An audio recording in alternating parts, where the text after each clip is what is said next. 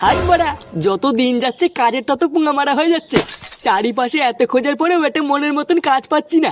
এইভাবে কি ভবিষ্যতে বাল করে দাঁড়াবো নাকি? আচ্ছা পল্টুদা, আমরা যদি সবাই মিলে একটা ব্যবসা খুলি তাহলে কেমন হয়? লেওরা ব্যবসাটার নাম রাখবো আমরা কজন। তা কিসের ব্যবসা করবি শুনি? দেহ ব্যবসা? এমা ছিচি পল্টুদা, এটা দেহ ব্যবসা কেন করবো? আমি তো অন্য যে কোনো ব্যবসার কথা বলছিলাম। তা তার জন্য না পুঁজি লাগে, পুঁজি। সেটা কি ভোদা আছে? লেওরা চুদা মানে একটা কাজ করব, কিন্তু কি কাজ করবো ভোদা সেটাও মাথায় আসছে না। কিন্তু কিছু টাকা নিয়ে যে একটা ব্যবসা খুলবো, ভোদার বাল সেই টাকাটাও নেই। তা এইভাবে কি জীবনে বাল করবো নাকি? এগিয়ে বা, তোরা এখানে কি বার করছিস? বাড়ার বালগুলো বাড়িতে গিয়ে তোদের কোনো কাজ নেই নাকি? গায়ে মার এগুলো সারাদিন এখানে বসে বসে শুধু বাল ছেড়ে। যা যা বাড়ি যা, বাড়া আমি একটু শোবো। কিরে পল্টু, বাড়া আমরা এদিকে সবাই ভবিষ্যতে চিন্তা করে মরে যাচ্ছি, আর এই চুদির ভাইটা তো দেখছি দিব্যি সাটা পুরে মাল খেয়ে ঘুরে বেড়াচ্ছে। লেওরার বাল, আমিও তো তাই দেখছি। কিরে বা, তোরা কি গেলি নাকি? নাকি সেটাই বোতল ভরে দেবো? পল্টুদা, আমার মনে হচ্ছে আমাদের এখন বাড়ি চলে যাওয়াই ভালো, বুঝলা? না হলে মাথা চুদের কথা বলা যায় না, যদি বোতল টোতল গায়ে ছুড়ে মারে।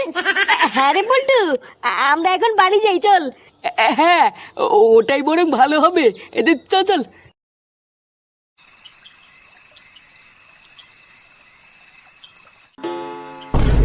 দেখেছো তো, রাত বাজে 10টা আর সরে বাচ্চাটা এখনো বাড়ি আসার নামই নেই। তা এইভাবে আর কতদিন চলবে শুনি? লেওরা বাড়ির ছেলেরা একটু বয়স হলে বুঝতে শেখে, আর এই শান্তির ছেলেটা যত বয়স হচ্ছে তত আমার হাড় মাংস জ্বালিয়ে খাচ্ছে। এই সব কিছু হচ্ছে তোমার জন্য, বুঝলে তো?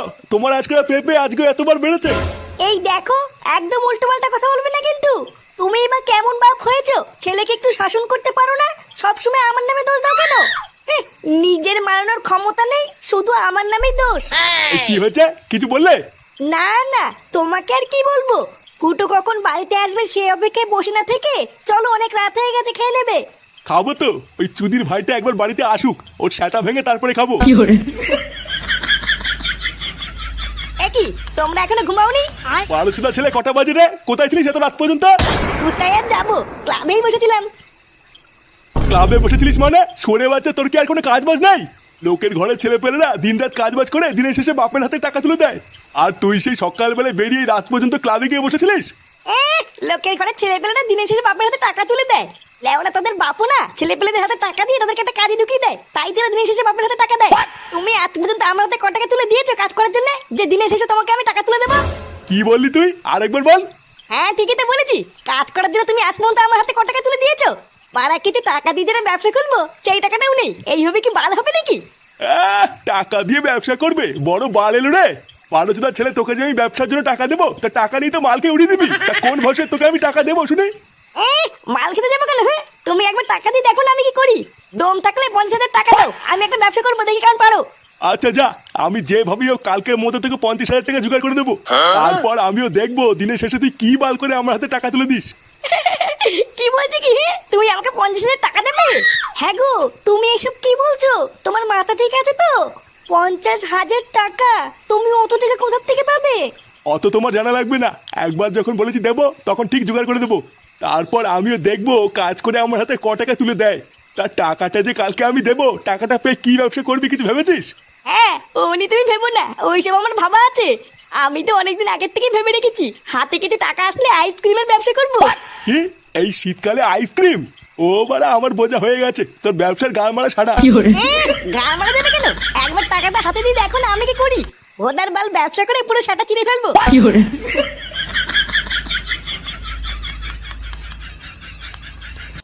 এইসব কি বলছিস রে ফুটো? তোর বাবা তোকে ব্যবসা করার জন্য 50,000 টাকা দিয়েছে? আরে হ্যাঁ রে মারা, হ্যাঁ, তা নাই তোর কি বলছি। আর শুধু তাই না, আমি ব্যবসা করার জন্য নতুন একটা দোকান ভাড়া নিয়েছি। লেওরা, আমি আমার বাপের কাছে চাইলে 5 টাকাও পাই না, আর ফুটোর বাবা ওকে ব্যবসা করার জন্য এত টাকা দিয়ে দিল। এই সবই কপাল রে ফটকে, সবই কপাল।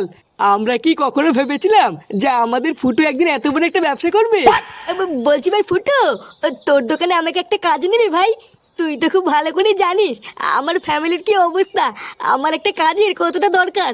হ্যাঁ হ্যাঁ রে ফুটো, আমারও না একটা কাজের খুবই দরকার, বুঝলি? ওটা ল্যাংচের মতন আমাকে একটু কাজ নিস না ভাই, তাহলে আমার খুবই উপকার হবে। এ ভোদার বালগুলো, তোরা সব ফুটোর সাথে কাজে ঢুকে যাবি আর আমি একা একা কি বসে বসে বাল ছিড়বো? ফুটো, ও পল্টু আর ল্যাংচার মতন আমিও কিন্তু তোর সাথে কাজ করবো। আরে লেউড়ে হ্যাঁ রে মোড়া হ্যাঁ, চোদনাগুলো তোরাও তো চাপ নিতিস কেন? আমরা সবাই একসাথেই কাজ করবো। নে নে, বেশি মারি সময় নষ্ট না করে তাতেই চল। লেওরা ওইদিকে তো আজকে আবার দোকান উদ্বোধন করতে হবে। কি বলছিস রে ফুটো, আজকেই তোর দোকান উদ্বোধন হবে? হ্যাঁ রে লেওরা, তা নাই তোর কি বলছি, তাড়াতাড়ি চল। দোকান উদ্বোধনের পরে তোদের জন্য মালও এনেছি আর সাথে প্রচুর বাজিও এনেছি, মাল খাবার বাজি ফাটাবো। আরে চোদন ফুটো, এ তো শুনে মনে হচ্ছে বিশাল আয়োজন। হ্যাঁ রে মানে হ্যাঁ, চল চল চল।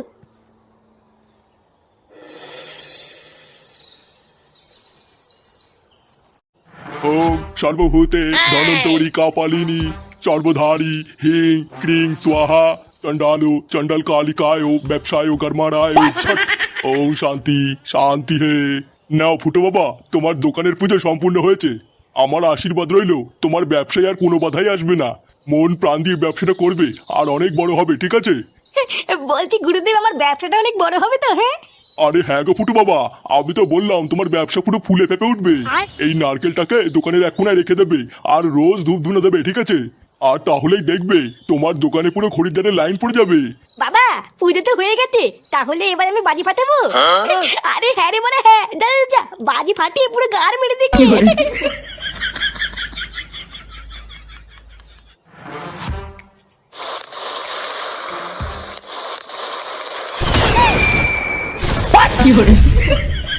खत्म bye bye tata goodbye गया